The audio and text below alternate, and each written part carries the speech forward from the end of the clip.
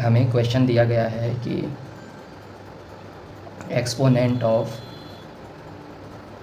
160 in 200 का factorial, ऐसे factorial ऐसे भी बनता है।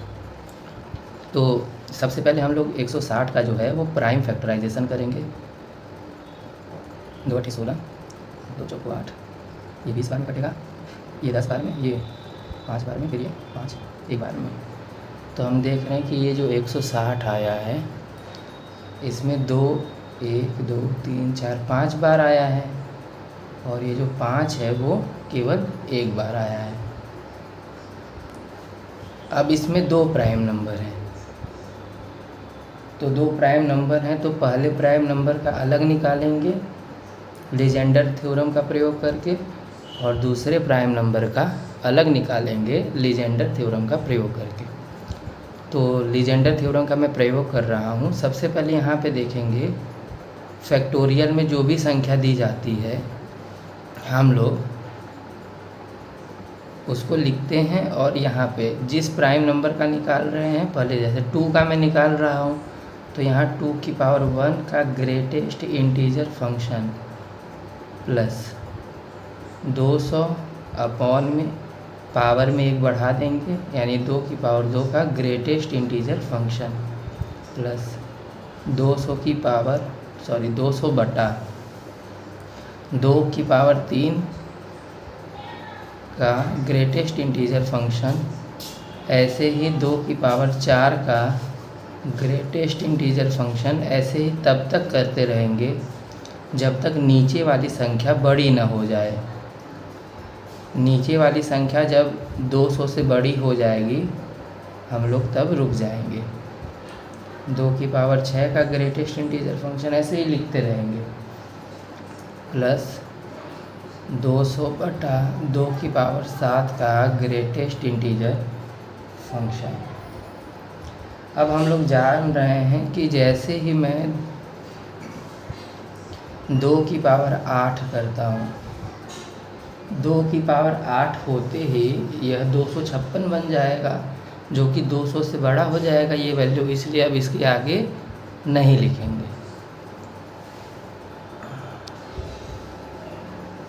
अब देखिए इसको क्या करेंगे हम लोग, पावर को सॉल्व कर रहा हूँ मैं, तो यह हो जाएगा 200 बटा में 2 का ग्रेटेस्ट इंटीजर फंक्शन प्लस 200 बटे में 4 का ग्रेटेस्ट इंटीजर फंक्शन प्लस 200 बटा में 8 का ग्रेटेस्ट इंटीजर फंक्शन, यानी 2 की पावर 3 का मतलब 8 होता है ना, 200 बटा 2 की पावर 4 का मतलब 16, प्लस ऐसे ही करते रहेंगे 200 बटा यहाँ पे हो जाएगा 32 का ग्रेटेस्ट इंटीजर फंक्शन प्लस 200 बटा 2 की पावर 6 यानी 64, ऐसे ही करेंगे 200 बटा 2 की पावर 7 यानी कि 128 इस पूरे का ग्रेटेस्ट इंटीजर फंक्शन प्लस 200 बटा 2 की पावर 8 माने 256 का ग्रेटेस्ट इंटीजर फंक्शन।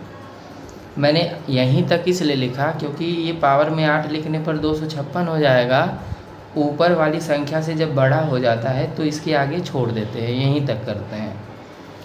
अब हम लोगों को ना यहाँ डिवाइड करना होगा। अब मैं इसको काटूंगा, 2 के टेबल में 1 कटेगा 100 बार में, पूरा कट गया, 100 का ग्रेटेस्ट इंटीजर फंक्शन प्लस फिर 4 के टेबल में इसको काटूंगा तो ये 50 बन जाएगा, यानी 50 का ग्रेटेस्ट इंटीजर फंक्शन।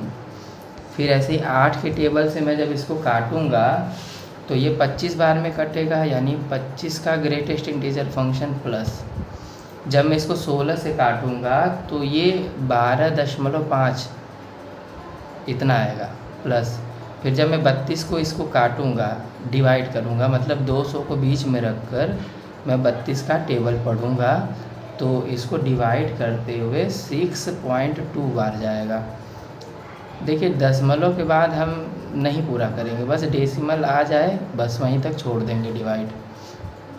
प्लस अब 200 को जब बीच में रख के 64 से भाग करेंगे तो ये 3 बार पहले जाएगा और फिर पॉइंट में 1 बार जाएगा।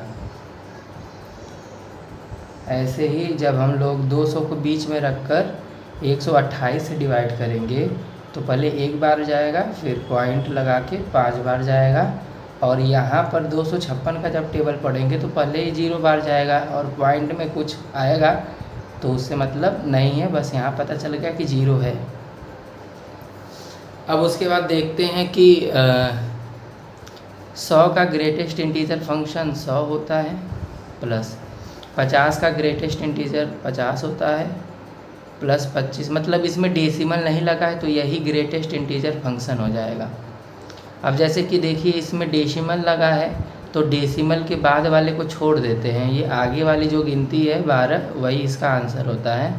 ऐसे इसमें देखिए डेसिमल के बाद वाला छोड़ दीजिए, ये 6 है, इसका मतलब ग्रेटेस्ट इंटीजर फंक्शन 6.2 का जो होगा वो 6 होगा। ऐसे ही इसका ग्रेटेस्ट इंटीजर फंक्शन 3 होगा और इसका ग्रेटेस्ट इंटीजर फंक्शन 1 होगा। और यहाँ 0 है, 0 के बाद डेसिमल लगा, डेसिमल को छोड़ के 0 बचा, यानी वही ग्रेटेस्ट इंटीजर होगा। अच्छा यहाँ पर देखिए 200 से बड़ी संख्याएं अब आएंगी, मतलब अगर इसको मैं और आगे लिखता तो यहाँ बट्टे के नीचे जो है 200 से बड़ी संख्याएं आती, यानी हर बार पहले डिवाइड करने पर 0 बार जाता, यानी यहाँ हर बार अब 0 आएगा, तो इसलिए यहीं पे छोड़ देते हैं। अब इन सबको जोड़ देते हैं, 197 आएगा।